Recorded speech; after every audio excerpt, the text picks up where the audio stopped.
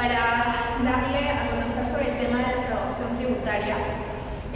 Mi nombre es Ana Esther Policarpo García. Voy a empezar con una pequeña introducción sobre nuestro trabajo, sobre la defraudación tributaria. La defraudación tributaria, contenido en la Ley Penal Tributaria, exige como elemento típico que la conducta del sujeto sea calificada como engaño, la cual se le atribuye a dejar de pagar los tributos que establecen las leyes. Defraudación tributaria lo definimos como a toda acción u omisión, de la cual se viola predicadamente una norma tributaria, es decir, se actúa con dolo valiéndose de artificios, falsedades e engaños para obtener un beneficio personal. Esto lo hacen para lograr un beneficio personal o beneficios a terceros. Las modalidades que existen de un delito tributario son ocultar los bienes, los ingresos, rentas, o consignar pasivos totales o parcialmente falsos para anular el tributo a pagar. No entregar al acreedor tributario el monto de las retenciones y pretensiones de tributos que se hubieran efectuado dentro del plazo, que para hacerlo fijen las leyes y reglamentos pertinentes. La pena para el delito tributario es de 5 a 9 años de pena de libertad, ¿no? Otro para aclarecer mejor lo que es el concepto de infracción tributaria es que como acabo de decirlo, que es toda acción o omisión que importa la violación de normas tributarias que siempre y cuando se encuentren tipificadas como tal en la ley.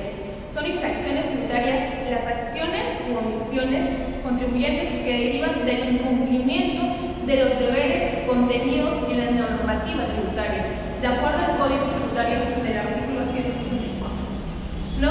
Entre las defraudaciones tributarias existe también la defraudación tributaria con atenuación de penas.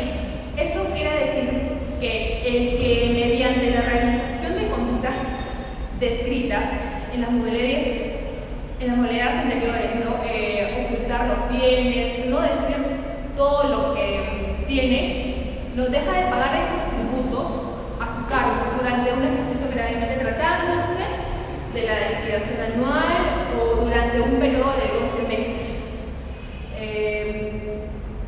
O por un monto que no exceda a los 5 UITs vigentes al inicio del ejercicio o del último periodo, de acuerdo al artículo 3. La pena impuesta para la defraudación tributaria con atenuación de penas es de 2 a 5 años de privación de libertad. Los casos de defraudación que se pueden decir son la violación o falsificación de sellos, de marcas, de facturas, de documentos o que se realice cualquier operación que altere clase, cantidad, peso, valor, procedencia de los bienes y mercancías. Uso indebido de las franquicias es un caso de defraudación. Exenciones o privilegios fiscales es otro caso de defraudación. Ocultar o alterar o destruir contables y documentación ante las prescripciones de las obligaciones tributarias. Y un último caso es omitir declaraciones o informaciones que se suministran a las autoridades tributarias. Un ejemplo que le puedo brindar es de un empresario que tiene su fábrica, pero que tiene su fábrica, dentro de su fábrica tiene su almacén con productos clandestinos y él comercializa estas mercaderías pero sin ser declaradas. Entonces, ¿qué va a pasar? Esto se va a reducir o desaparecer el monto del tributo a pagar. Él no va a pagar los tributos que debería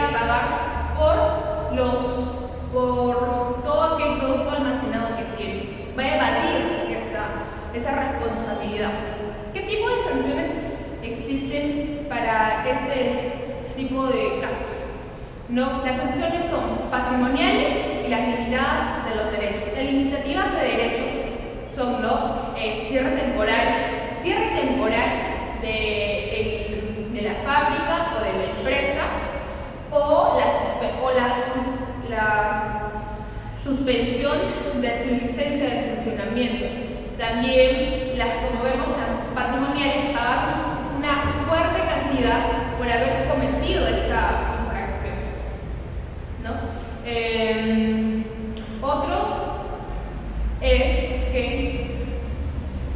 otra defraudación tributaria que hemos visto al curso de trabajo es la defraudación tributaria con agravación de penas, que se le otorga exoneraciones o inafectaciones, reintegros, saldos a favor de crédito fiscal, compensaciones, devoluciones, beneficios o incentivos tributarios, simulando la existencia de hechos que permitan gozar de los mismos, de acuerdo al artículo 4.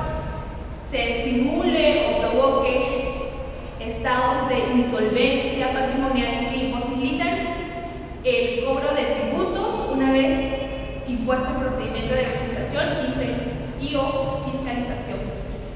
La pena impuesta para la defraudación tributaria con agravación de penas es de 8 a 12 años de pena privativa de libertad.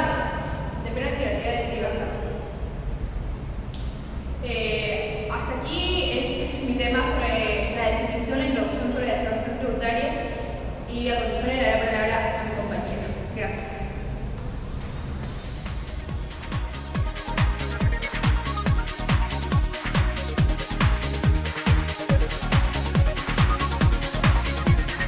Buenos días, profesora. Bueno, yo proseguiré con la exposición.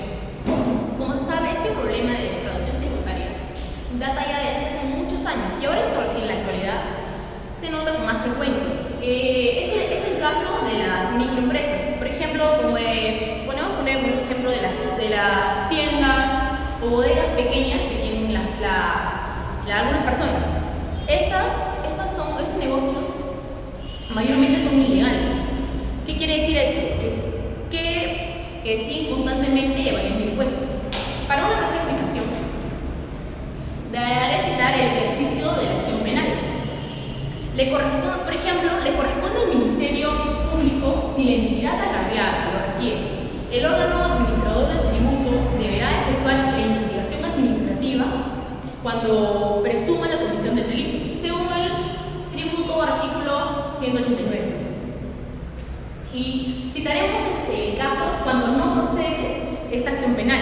Y es el caso, por ejemplo, de la acción penal por parte del Ministerio Público, ni la denuncia penal por la entidad agraviada si el deudor cancela la totalidad de la deuda o, en su caso, devuelva el reintegro, saldo o favor o cualquier otro beneficio tributario obteniendo indebidamente antes que se inicie la correspondiente investigación. ¿Qué quiere decir? Que si de repente la empresa está evadiendo impuestos de repente, ¿no? Y antes de un proceso paga la deuda, queda saldada la sanción que se le puede dar. Otro caso en el cual no procede la sanción citaremos, por ejemplo, a la reparación civil, ¿no? Por ejemplo, no procede en el fuero penal. Si la administración cobra la deuda tributaria durante el procedimiento administrativo, ¿qué quiere decir esto? Que ello implica que deje de aplicarse la pena ni la invalidación donde corresponda, según el Código Tributario del artículo 191. Ahora veremos las denuncias de esos delitos.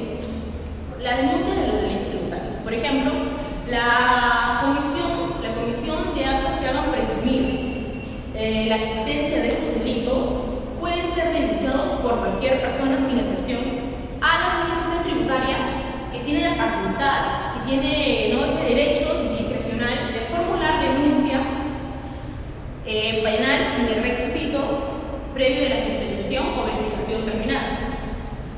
Es decir, que tanto el procedimiento administrativo como el penal pueden ir paralelos. Ahora veremos los informes de perito. Los informes técnicos o contables emitidos por la Administración Tributaria en la investigación administrativa tendrán para todo efecto legal el valor del informe de pericia de parte en el proceso penal. Ahora, como conclusión, diremos pues que la ley penal tributaria de nuestro país es una ley especial que abarca en forma general a la defraudación tributaria y sus modalidades como delitos sujetos a la pena privativa de la libertad y como delito autónomo el delito contable tributario igualmente sujeto a la pena privada de libertad. Ahora, en nuestro país, por ejemplo, el tema de los delitos tributarios está contenido en una ley especial, que es el Decreto Legislativo número 813. Sin embargo, pese a que el derecho penal peruano ha separado estos delitos de su cuerpo legal y les ha asignado más bien un tipo especial, no dejan de tener un carácter delictivo económico. ¿Por qué? Porque ya que se trata de atentados contra bienes jurídicos que implican intervención del Estado en la economía y el funcionamiento de instituciones económicas básicas. Bueno, por ejemplo, como dije anteriormente,